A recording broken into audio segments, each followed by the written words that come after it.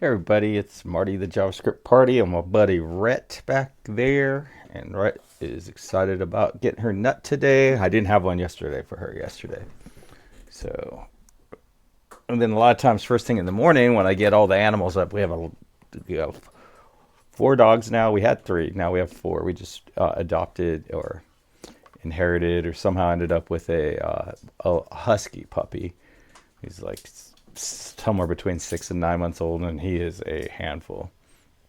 But we ended up with him. I don't know if we'll have him for. We're getting kind of attached, but it is possible when we take him to the vet that he'll have a chip and that they'll find the owners and the owners will be reunited with their husky. But he's really fitting in nicely here, and he seems extremely happy.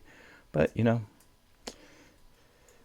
universe puts things in your world for a reason, and it's in your best interest to learn those reasons, or you're going to have to keep reliving it over and over and over again. And so now I have this very, very, very primal husky who's very different than our German Shepherd or any other dog we've ever had before. But he's fun. He's a lot of fun. But anyways, yeah. So normally when I get all the different animals up and we get started for the day, I will give Rhett a nut to start the day off. But I didn't this morning, so she's enjoying that a lot. So we're working on unit tests. One of the things that I'm always very curious about is statements versus lines. And I was looking through and I see where we actually have 830, 381 lines and 382 statements. So I don't see that very often. Generally, statements and lines match up. And so I was kind of looking through and I saw that wherever the difference is in utilities. And now if I click on utilities, well, then we get to narrow it down. It's in this guy. There's 9 statements and 8 lines. So let's see if we can figure out what is a statement versus what is a line. Everything is coded. So I guess we could sort of figure out which one of these is different. I don't think there's anything obvious. But anyways, so I don't know. I don't think that's going away anytime soon. But like, I guess what we could do is we could actually comment out like the unit test for recycle IDs, and then see if it's in here, if it's one of these things.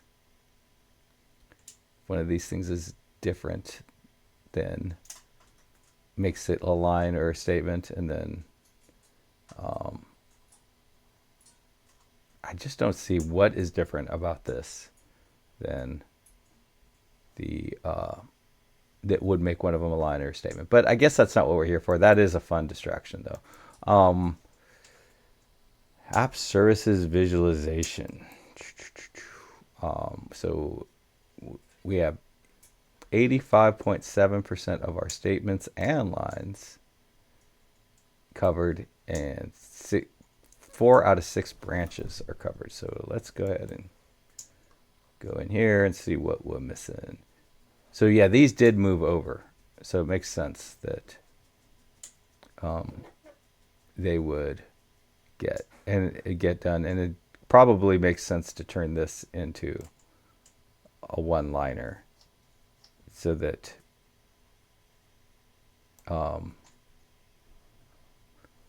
it gets called as a so that it automatically gets called, so we don't have to wait for the set timeout to happen. It'll automatically register it as covered because this is doing 2 things. First, it's setting a timeout, and second, it's executing this function. And what we'd rather have it do is just set the timeout and assign the function that's going to be called, which is a little tricky because the visualizations gets called in, and we would rather and then it gets converted to an array. So it gets pushed in and it gets converted to an array, and we're going to have to do something to accommodate that.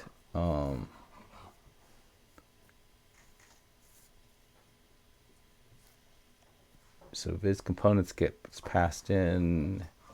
So it's like probably the easiest way would be to assign like a like a what would you call it,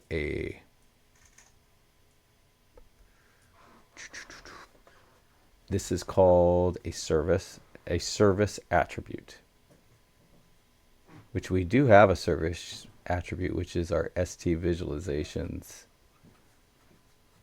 So if we created a service attribute that was an array of these visualization items, and then we like in the first line here, convert it to an array. If visualization items convert it to an array, then this could just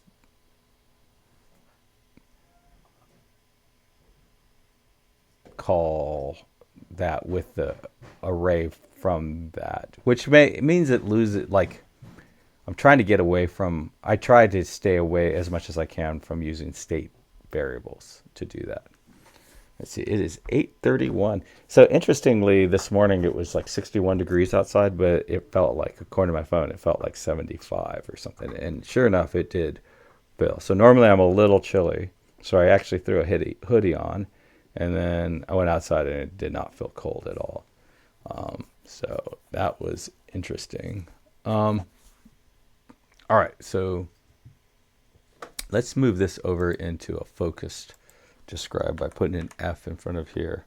So these are comma unit tests. If you I know it's like, it's hard to know, like I kind of feel like I'm continuing a conversation from previous videos, but sometimes people just watch the one video, and so it's important for me to set up context again. So this is Karma Jasmine, and when you put an F in front of a describe or F in front of an it function, it will focus and only run that one. So as you notice, like I see before, we ran 374 statements. This time, oddly enough, focusing this, we ran 256 statements. Now what we want to see is if this goes down, because sometimes these things get tested as a side effect, and I'd rather them get tested in their own suite, and I don't know why. I just kind of came up with that idea. So yeah, so that's the thing, is that this guy isn't testing himself. He's getting tested as a side effect of other things. So so we got a lot of work to do on this one. So I was kind of hoping to be done with this and run the end-to-end test. I don't think end-to-end test will be break, and then do a commit and start the next feature tomorrow, but that does not look like that's going to happen. So we are talking about visualization service. So I'm just going to go Control P, visualization, and I got that from looking at this text right here. And Control P will bring up a list, and you can start typing, and it'll bring it there. So I'm going to close everything else just to sort of get rid of distractions, and we're going to close others. So now this is the only thing, and it's kind of nice when you're in this view because it kind of shows you where you are in your tree over here. So I want to work on a spec, and specification is what spec stands for, and that is basically just a test. Oh, I see the sun has gotten into that interesting spot where it screws up my camera. I think getting sunlight is super important, so I'm going to go with my health getting sunlight over the quality of the camera view. So anyways, so we want to test the get visualization IDs, which is super simple because it doesn't even, all we have to do is send it an array.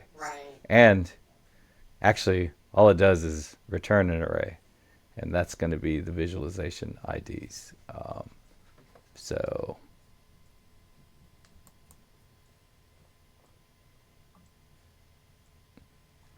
So it should get visualization IDs. Did I do the right one? Oh, I did not even do the right one. Okay, so that is a problem, and maybe it isn't as bad as I thought it was. So I'm hitting this so I can just go back, and I'm using this instead of I used to use Control Left. I believe it was Control Left, but I'm using this because in Visual Studio, which I do Visual Studio at work, I have to do some. I get like all the most. I think I get all the most challenging Angular issues, that come up, things that need to get done. Like they're like, oh, this has to get done. That gets assigned to me, but I also do get some full stack work as well. And I'm not nearly as good at it, but we use Visual Studio, and it also has a button like this, but Control Left does not work on that. All right, so now let's go back to our visual service. And I don't know why it lost its forward. See, there's no forward now. So this is what I want to go to. I don't know if that Control P works in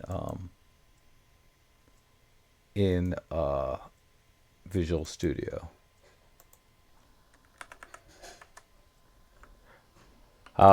See, yeah, I find backend to be a lot more abstract. Like you just sort of imagining things. I think things just, yeah, it's just like I feel like I have a little bit more control and a little better understanding of front end, which makes sense because I've been working in front end since I probably wrote my first HTML page in 1995, which, was a long, long time ago. And I've pretty much been writing HTML, CSS, and JavaScript, since then. So that would be 30 years. 30 years. That's a long time. Okay, yeah, so this is a lot better.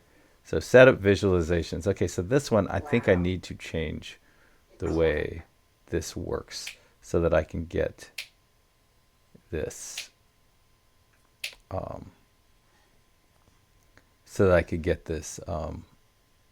working. And to be honest with you, I think I just want this to only, yeah, okay, so, yeah, I'm not exactly. When I call this, I want to send it a query list of viz components, I guess. But it can be, I don't know if a query list can be empty. See, it'd be nice if this was just an array because it's so easy to do that. But anyways, I was watching this guy talk yesterday, and he was saying it's better to start with no plan or with a bad plan than not start. And I don't know exactly how I'm going to do this, but I do know that I need to create an it or a assertion, I believe. This I guess a singular specification. I know I need to create a singular specification.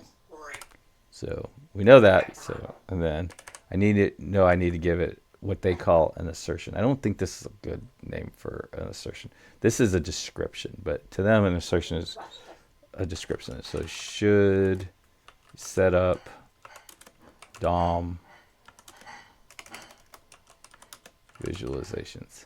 So basically what I'm trying to say is that I don't know exactly what I'm going to do. I just have faith in myself. And that's a big part of being able to develop solutions, is having faith in yourself, because you're not going to know everything. The more you know, more generally, the better off you are. But that is not always true. Sometimes you get details that actually just end up as a distraction. And getting that perfect amount of detail is very, very difficult. All right. So in this sort of reality that just gets generated as these spec files get generated when I generate a component with the CLI, it just has a standard thing where it names whatever you're working on service, and you access it directly by its name. And then set up DOM visualizations, and I want to call it, but I don't know exactly how to do that. So I do want to create a viz component. It looks like I can get one by using this. I can actually get a viz component. So let's do that.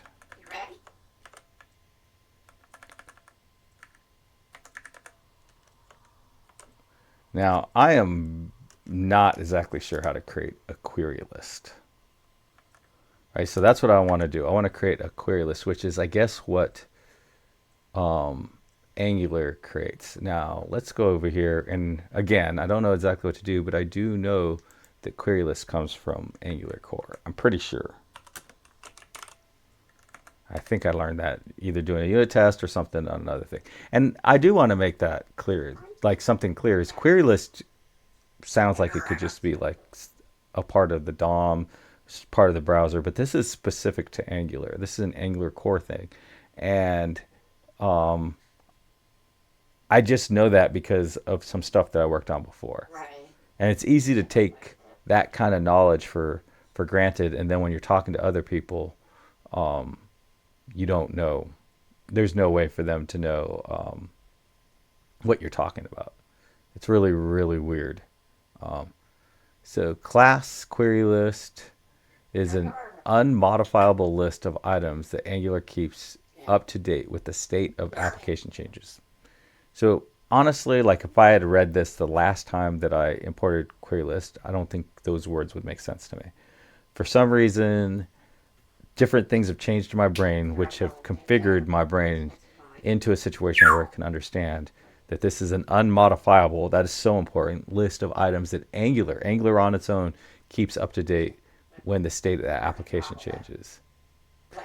Now, I don't know if you can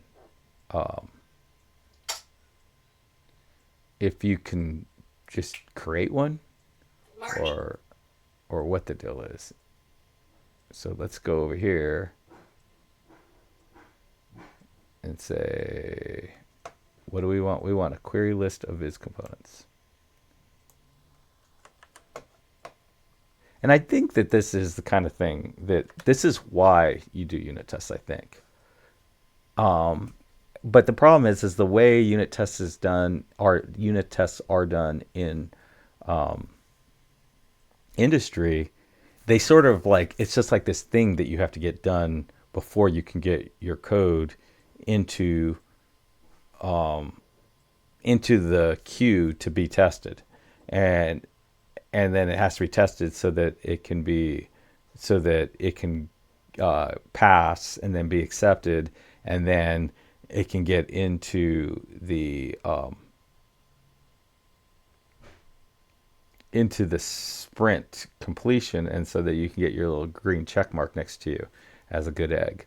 So most people can't really use unit tests to get smarter. They have to just try to get it done. It's like kind of like if you had to fill out a form proving that your horse has all its shots before you're allowed to race it. Like you're not concerned with that. You're not trying to learn anything from that. You're just trying to get something done. That's how unit tests are in most environments. People are just trying to get that stuff done so that they can because they recognize that the authority figures are going to look at a piece of paper that has their name next to it and a number next to it, and it's going to say how many points that you achieved during the last sprint. And the more points, the better, and the lower points, the worse. And if you don't have any points after a while, you're going to get fired. So you can't really sit there and just look at unit tests and go, oh, okay, now I want to understand how it works. But I have that luxury right now because this is my side project, and I'm not going to get fired from this project. So let's say, I'm going to say const viz list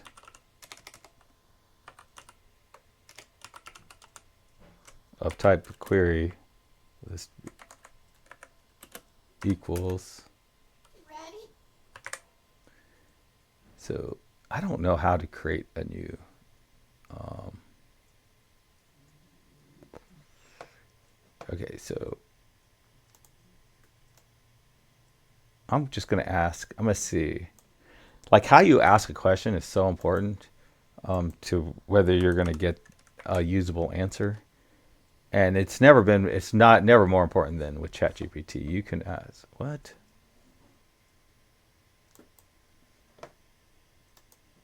And see if I'm on another browser over here, seeing if I can get, okay, that was weird. I guess it's because, I don't know. No. Log in? I cannot remember how I signed up.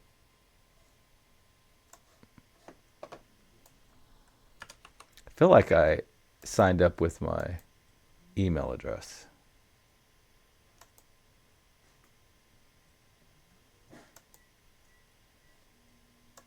I did. Okay. So, anyways, um,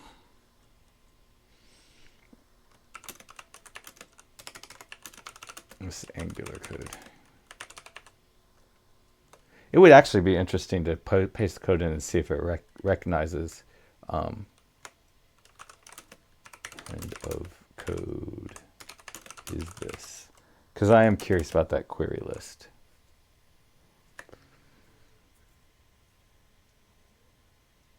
Oh, so it is specific. And I think it knows that it's Angular because, how do you know it's Angular?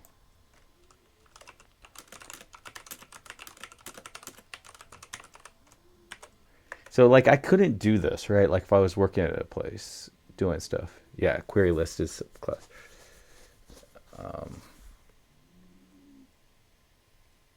So yeah, I think that. So that's what I was thinking, and that's what I was trying to get to. Okay. Okay. So test of code with Karma, Jasmine. How can I create a, what is it called? Visualization items.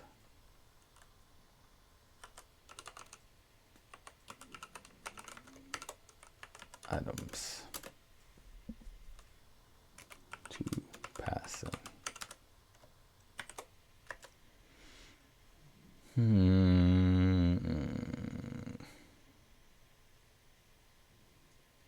So first thing is mock it. Okay, and that still comes from core because I didn't know if there was like a testing. Sometimes there'll be like another one that's from testing. Okay, so you just say new query list. Oh, and then you use reset and you pass it in an array. That is so interesting to me. And it's like nice, and not only that, but like for your own mental well-being, it makes sense to find things interesting every day. Find something that is interesting.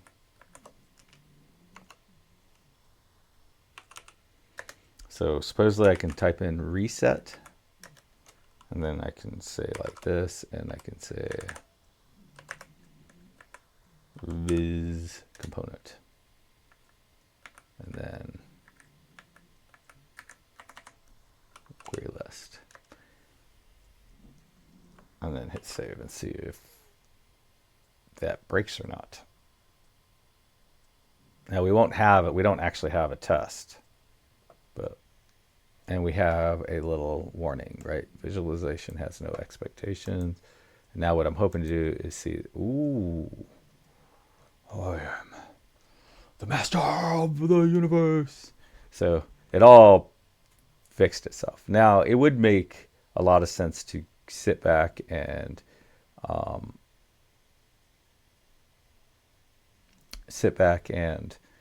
sort of dig into why now everything works, but like, no, I don't want to. Because like you can keep on, like I think doing unit tests at all was like a lot of extra work. And then making it 100% was a lot of extra work. And then making every unit test or every suite test 100% of its own stuff is a lot of work. Like at some point you have to draw a line. Yes, it would be fun to dig in and figure that out. But I got 100% and I'm just going to leave it at that. So my sense is that I'm kind of doing too much anyways already. So now let's go look and see what that thing returns. Because I don't want to have a whole, it's just a real pain in the butt to have all kinds of these in there. So,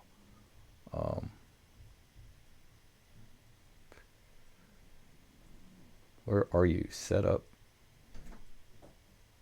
visualization items. And so that returns, so what we're expecting is, so const viz count. So we're expecting the count back, right? Viz components length. So what I want is,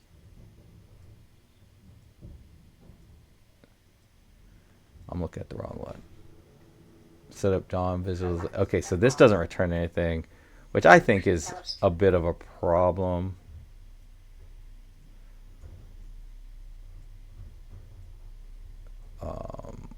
So this setup visualization items return. So see, I've got myself a situation where I have no way of testing this, of testing anything. So I think I need to add a little bit more to set up DOM visualizations. We're at 8:52, so I don't think I have much time. Set up DOM visualizations. So let count equals 0, and then we're going to return a number,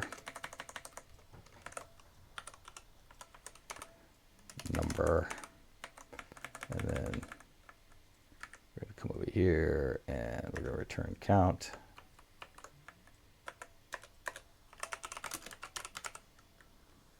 And then we are going to set up our array.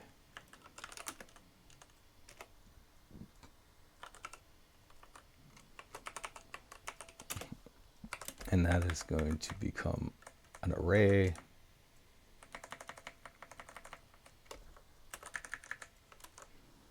And then we are going to pass in our viz array.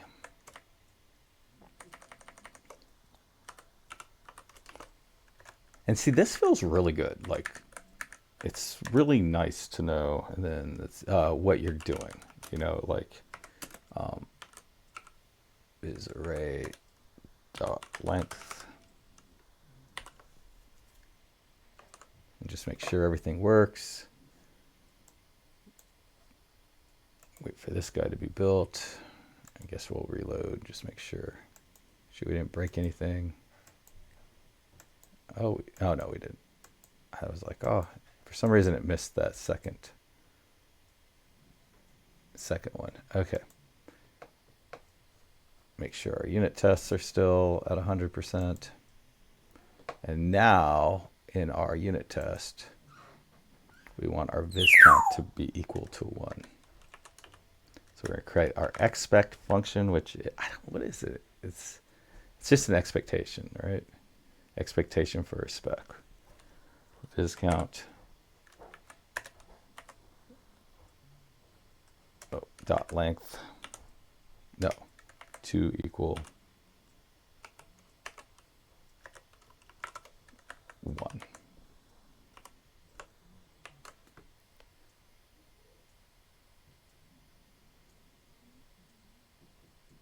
Okay, I think we are good. We're still 100% over here. We passed all our tests. Let's get rid of our focus. Hope it runs again. So yeah, that was fast. Like, that felt really good. It was fast. It felt like, oh no, we did not get 100%.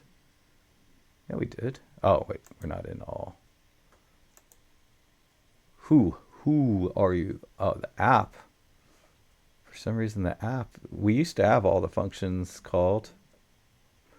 Looks like we are missing one function, two statements. The setup drawing loop. Oh, that's a bummer. Okay. That is so wild. And that broke after we made a change. So that this was not broken before. So something we did made things go faster, I think. But let's try this. Let's close this and let's restart it. And let's see if it's 100% on a fresh start.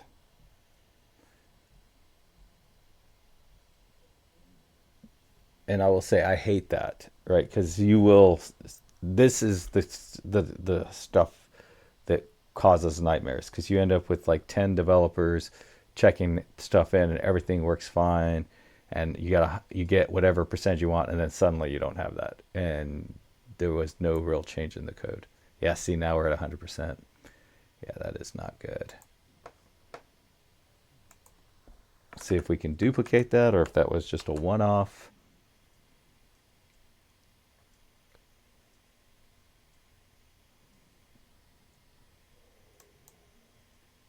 So this guy doesn't run it all by himself. Um, that is actually very crazy. So it looks like we need to add like probably like a tick or something in here.